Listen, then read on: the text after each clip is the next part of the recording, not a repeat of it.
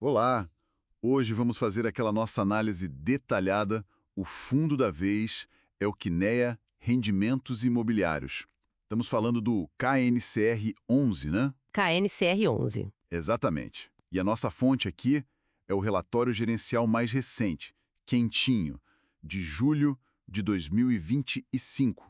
A ideia é destrinchar esses números, ver o que aconteceu com o fundo nesse período. Isso aí.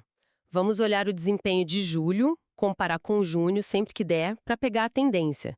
E só lembrando, né? É um fundo com foco em CRI, Certificado de Recebível Imobiliário, a maioria pós-fixado, atrelado ao CDI e de baixo risco. Perfeito.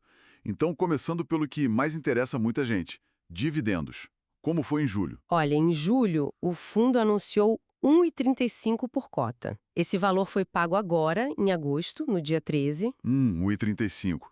E comparando com o mês anterior, junho? Foi um aumento. Em junho, a distribuição tinha sido de 1,20 por cota. Então, é uma notícia boa para o cotista. Legal. E esse 1,35 em termos de rendimento, o dividend yield mensal? Esse valor representou um DI, né, um rendimento de 1,32% no mês. Isso considerando aquela cota média de ingresso que o relatório usa como base, de R$ 102,12. Em termos de CDI, deu 104% da taxa de EI do período. 104%. Interessante. E em junho, como tinha sido essa relação com o DI? Em junho, o DI foi de 1,18%, que equivalia a 107% da taxa DI. Ah, então peraí. O dividendo em reais aumentou, mas a performance frente ao DI caiu um pouquinho, de 107% para 104%. Exato. É uma pequena diferença, pode ser pela variação da própria taxa de EI no período, né? Mas o importante é que o valor absoluto distribuído foi maior. O relatório não trouxe o DI dos últimos 12 meses, vale notar. Entendi. Faz sentido. Vamos para o PVP então. Preço sobre valor patrimonial. Como fechou julho? Certo. No finalzinho de julho, a cota no mercado fechou em R$ 104,99. E a cota patrimonial, aquela do valor contábil do fundo, estava em R$ 101,88. Ok. R$ 104,99 dividido por R$ 101,88. Isso dá um PVP de quanto? Aproximadamente 1,03. Ou seja, o fundo estava sendo negociado na bolsa com um ágio pequeno, uns 3% acima do valor patrimonial. E como estava em junho? Era maior, menor? Era um pouquinho maior. A cota de mercado era R$ 105,20 e a patrimonial R$ 101,82. O PVP ficava em torno de 1,033. Então teve uma leve redução nesse ágio. Pode ser só flutuação normal, né? Exato. Pode ser só o mercado se ajustando dia a dia, nada muito drástico. Beleza. Agora, fluxo financeiro. Quanto o fundo gerou e quanto distribuiu. Bom, o resultado líquido que o fundo gerou em julho foi de 106,9 milhões de reais. Isso dá, por cota, R$ 1,39. R$ 1,39 de resultado. E distribuiu R$ 1,35, certo? Isso mesmo. Entraram 114,8 milhões em receitas totais e saíram 7,9 milhões em despesas. Sobrou o resultado líquido de 106,9 milhões ou 1,39 por cota. Como a distribuição foi de 1,33 milhões, os 1,35 por cota, significa que o fundo guardou um pouquinho. Ah, então ele gerou mais do que pagou. Sim, gerou 1,39 e pagou 1,35. Essa diferença de 0,04 centavos por cota foi para a reserva acumulada, não distribuída. E essa reserva ficou em quanto? Ela aumentou de 0,15 por cota, que era em junho, para 0,20 por cota agora em julho. É um colchãozinho de segurança, né? Sim, dá uma tranquilidade. Falando do portfólio agora. Continua aquela concentração forte em CDI. Continua. E como? Em julho, 99,7% da alocação em CRI estava indexada ao CDI.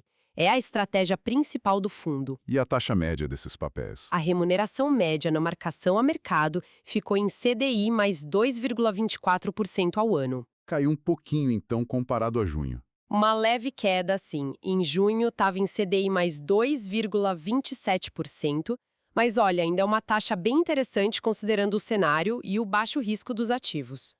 O prazo médio da carteira de CRI é de 3,9 anos. E teve movimentação. O gestor comprou coisas novas? Teve sim.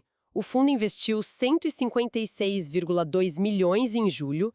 Foram 2 operações novas de CRI. Quais foram? Uma do grupo JRM, Irmãos Mufato, pagando CDI mais 2,50%, e outra do CPSH, que é do Shopping Iguatemi Bosque, a CDI mais 2,30%. Interessante. Mostra que a gestão está ativa para manter o dinheiro alocado, né? Exatamente. Com isso, a alocação em ativos-alvo fechou julho em 102,9% do patrimônio líquido. Ou seja, o fundo está bem investido, usando um pouco de caixa ou outras fontes para isso. O relatório menciona o impacto da marcação a mercado no resultado distribuído. Então, o dividendo reflete mais o caixa que entrou mesmo. Isso. Não fica sujeito à volatilidade da marcação a mercado no mês a mês para definir o dividendo. Mas o relatório não detalhou se o efeito total da MTM no patrimônio em julho foi positivo ou negativo. Ok. E um ponto crucial: inadimplência. Alguma preocupação? Nenhuma. O gestor fez questão de reforçar no relatório que não há qualquer evento negativo de crédito na carteira. Zero inadimplência. Que ótimo. Igual a junho, então? Idêntico. Isso é muito positivo para um fundo que tem essa proposta de ser mais conservador. Maravilha. O KNCR 11 também tem uma parte pequena em outros FIIs, né? Como tá isso? É bem pequeno mesmo. O único FII que aparece detalhado na carteira é o FI Brookfield Edifício Sigma. Ele representa 1,8% do patrimônio. Mudou alguma coisa de junho para julho? Não teve alteração relevante nessa posição. O relatório não lista as outras posições, para a gente saber quais seriam as 3 maiores, sabe? Mas a receita total vinda de FIIs em julho foi de 2,1 milhões de reais. Entendi.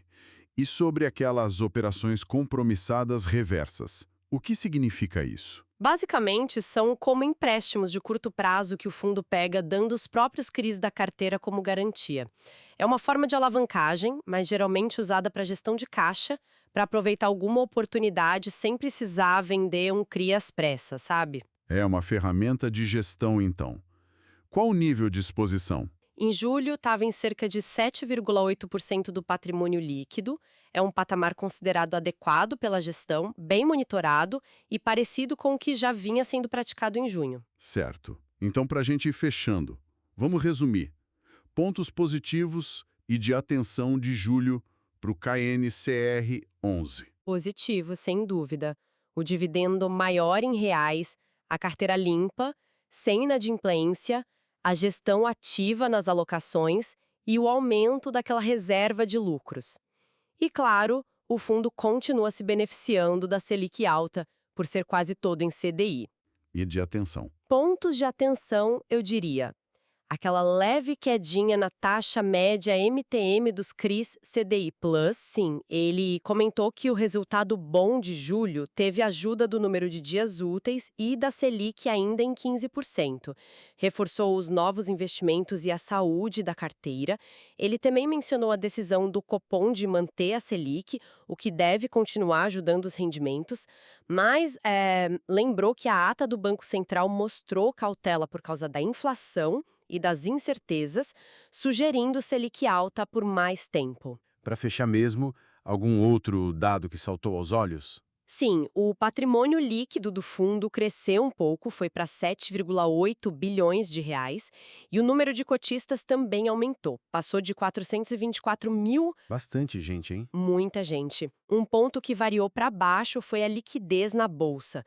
A média diária de negociação caiu para 10,56 milhões em julho. Em junho tinha sido 11,86 milhões de reais. Uma queda na liquidez.